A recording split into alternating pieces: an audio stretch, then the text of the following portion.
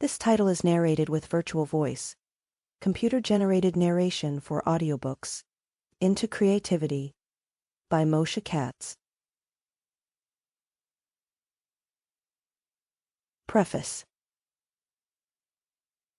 This book is a collection of my reflections as an architect and a multidisciplinary artist during my search for a place to call home. These texts directly result from my artistic and professional activities centered around my quest to define the origin of creativity. Creativity has been a cornerstone of my personal and professional life. I write to illuminate my discoveries and identify the tools that helped me successfully practice as an architect and an artist. I do this hoping to capture and describe the creative energy that flows through me, pass it on to you, and positively influence you in your journeys. This book is a direct result of my memories that lingered all these years and events that served as breeding grounds for my insights on creativity. I intentionally choose to wander between the artists, books, and characters I have learned about, places I have visited, the experiences I have had, and the works I created in this world, all of which have influenced me and shaped my worldview as a creator. Together, they have led me to develop unique methods for understanding, rediscovery, and applying this magnificent force that is bursting from within each one of us, our creativity. Moshe Katz.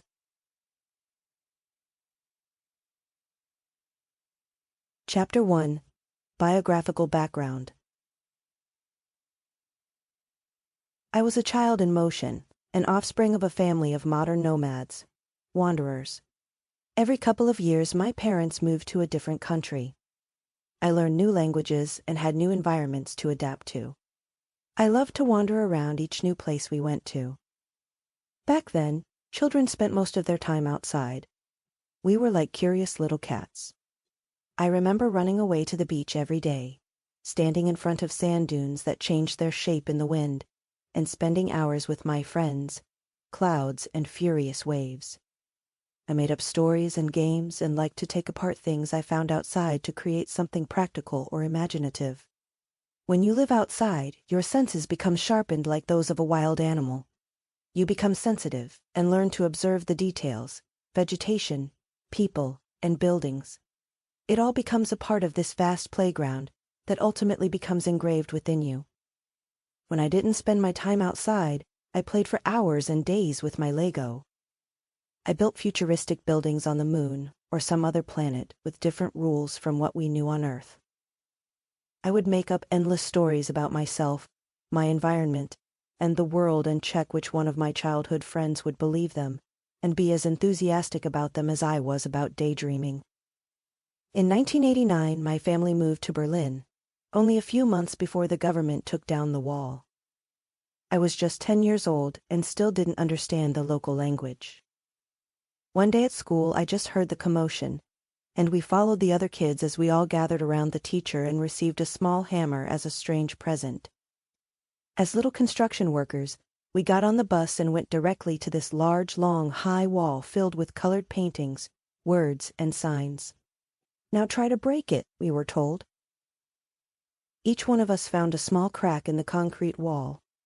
We hit on it using all our strength, picked up the small pieces, and put them in our pockets, but the wall still stood.